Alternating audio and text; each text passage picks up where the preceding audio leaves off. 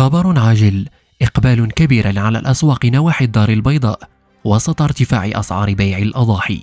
إليكم التفاصيل. قبل ما نبداو تندعوكم الاشتراك في القناة باش يوصلكم أي جديد وأي خبر جديد.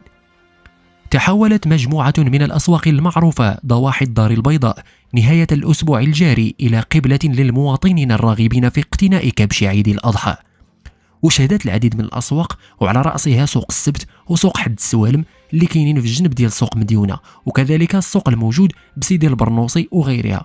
توافد كبير على القادمين من مختلف الأناحي ديال الدار البيضاء باش يشريوا الكبش ديال العيد. وعرفت الطرقات المؤدية إلى هذه الأسواق خصوصا سوق السبت الموجود على مستوى جماعة سيدي حجاج واد حصار ازدحاما كبيرا، وهو ما حرك السلطات الأمنية من أجل تسهيل السير والجولان. وأدى هذا التوافد الكبير على هذه الأسواق إلى نشاط حركية أصحاب الدراجات ثلاثية العجلات تريبورتور الذين كانوا يقلون المواطنين ورؤوس الماشية التي تم اقتناؤها. وأكدت مجموعة من المواطنين في تصريحات متطابقة على أن أسعار بيع المواشي المخصصة لعيد الأضحى ارتفع بشكل كبير في هذه الأسواق، والمشترين تيعانيوا بزاف حيتاش الناس عندهم ضعف قدرة الشرائية.